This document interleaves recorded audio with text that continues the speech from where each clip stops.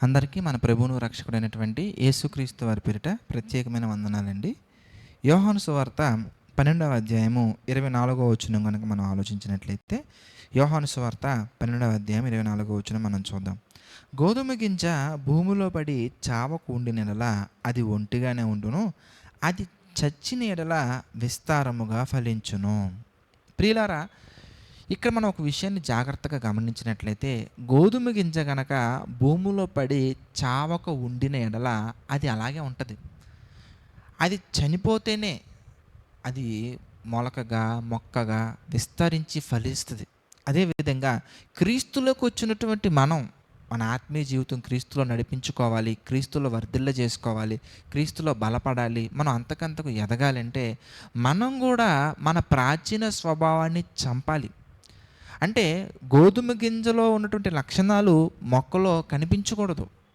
మొక్కగా మారాలి. అంటే ఆ గింజలో నుండి రూపాంతరం చెంది మొక్కగా మారాలి. అంటే ఆ గింజకు వేరుగా అప్డేట్ అవ్వాలి. అలా కాకుండా ఆ గింజల వల్లనే మనం ఉంటే మనం ఎదగలేమండి. భూమిలో పడిన తర్వాత ఆ గోధుమ గింజ చావాలి. చావకుండా ఉంటే ఎలాగ ఫలించును? అలాగే అపోస్తుల కార్యాల్లో ఒక మాట మనం చూసాం అనుకోండి. పేతురు గారి ద్వారా దేవుడు తెలియజేస్తున్న మాట మనం ఒకసారి చూస్తే, 2వ అధ్యాయము అపోస్తుల కార్యాలు 2వ అధ్యాయం మనం చూస్తేనండి, చూడండి 40వ వచనం మనం చూద్దాం. 40వ వచనం మనం చూస్తే, ఇంకను అనేక విధములైన మాటలతో సాక్ష్యమిచ్చి మీరు మూర్ఖులకు ఈ తరము వారికి వేరై, చూసారా, మూర్ఖులకు ఈ తరము వారికి వేరుగా ఉండి రక్షణ పొందాలి. అంతేగాని వాళ్ళలోనే వాళ్ళ లక్షణాలు మనం కలుపుకుంటూ, వాళ్ళ లక్షణాలు మనలో చూపించుకుంటూ మనం ముందుకెళ్తూ రక్షణ పొందడం అనేది అసాధ్యము. వాళ్ళ ఆలోచనలకి, లక్షణాలకి, క్రియలకి, తలంపులకి, యాక్టివిటీస్కి, ప్రతి ఒక్క దానికి కూడా మనం వేరుగా ఉండాలి. ఆ స్వభావం మనలో ఉండకూడదు. ప్రాచీన స్వభావాన్ని మనం పాతిపెట్టి, ప్రాచీన స్వభావాన్ని మనం చంపితేనే కానీ మనం క్రీస్తులో ఎదగలేము. అదేవిధంగా ఈ విషయాలన్నీ మనం మనసులో ఉంచుకుంటానండి. క్రైస్తవునిగా మారిన ఏ ఒక్కరి జీవితమైనా మీరు చూడండి. పౌలు గారి జీవితాన్ని మనం చూసాం అనుకోండి.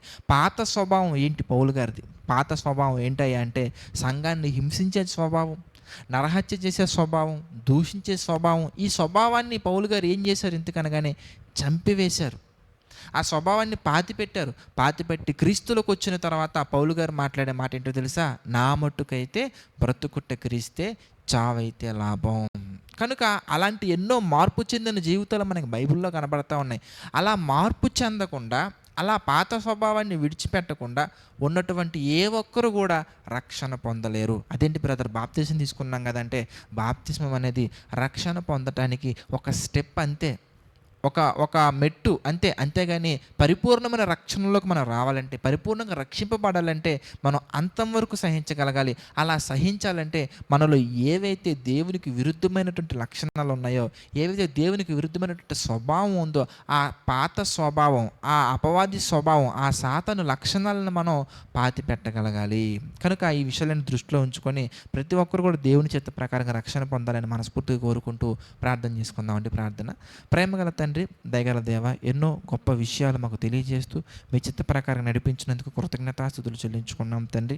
ప్రభా, ఈ డివోషన్స్ ద్వారా మాతో మాట్లాడుతూ మమ్మల్ని అందరినీ తండ్రి బలపరుస్తూ మీ చిత్త ప్రకారంగా నడిపిస్తున్నందుకు కృతజ్ఞతాస్తుతులు చెల్లించుకున్నాము తండ్రి. ఈ డివోషన్స్ తండ్రి అనేక మందికి షేర్ చేస్తున్న ప్రతి ఒక్కరి బిడ్డను, ప్రతి ఒక్కరి కుటుంబాన్ని తండ్రి దీవించండి, నడిపించండి తండ్రి. ఈ యొక్క పరిచర్యను మా తండ్రి జ్ఞాపకం చేసుకోండి ప్రభా. డివోషన్స్ ద్వారాను, షార్ట్స్ ద్వారాను, షార్ట్ ఫిల్మ్స్ ద్వారాను తండ్రి, ఈవినింగ్ ప్రేయర్స్ ద్వారాను, బైబిల్ స్టడీ ద్వారాను తండ్రి, ఇంకా ఎన్నో కార్యక్రమాల ద్వారా నడిపించడానికి మీరు సహాయం చేస్తున్నారు. అందులో కృతజ్ఞతలయ్యా. దీనుడైన నా ద్వారా ఇంత గొప్ప పరిచర్యను జరిగిస్తున్నందుకు తండ్రి మీకే కృతజ్ఞతాస్తుతులు చెల్లించుకున్నాం తండ్రి. ప్రభా, ఈ పరిచర్యలో ఎవరెవరైతే పార్టిసిపేట్ చేస్తున్నారో, ఎవరెవరైతే ఆర్థికంగా నిలబడుతున్నారో, ఎవరెవరైతే తండ్రి కష్టపడుతున్నారో, ఎవరెవరైతే తండ్రి ప్రార్థిస్తున్నారో, ప్రతి ఒక్కరిని జ్ఞాపకం చేసుకోండి తండ్రి. ప్రతి ఒక్కరికి మీ కృప తోడుగా ఉంచి నడిపించండి, సహాయం చేయండి, మీ ఆలోచన చొప్పున నడిపించండి తండ్రి. మీ చిత్తమైతే ఇంకా ఎన్నో కార్యక్రమాలు తండ్రి జరిగించుట కృప చూపించండి తండ్రి. ఈ పరిచర్య ముందుకు సాగలని తండ్రి, ఎంతోమంది సేవకుల అవసరం ఉంది తండ్రి. మీ చిత్తమైతే నమ్మకమైనటువంటి, యథార్థమైనటువంటి సేవకులను అనుగ్రహించండి, నమ్మకమైన బిడ్డలను మాత్రం అనుగ్రహించండి తండ్రి. మీ చిత్త ప్రకారంగా జరిగించే శక్తిని, జ్ఞానాన్ని దయచేయండి.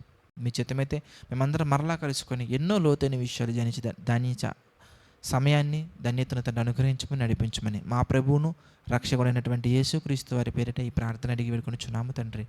ఆమెన్. అందరికీ వందనాలండి. God bless you all.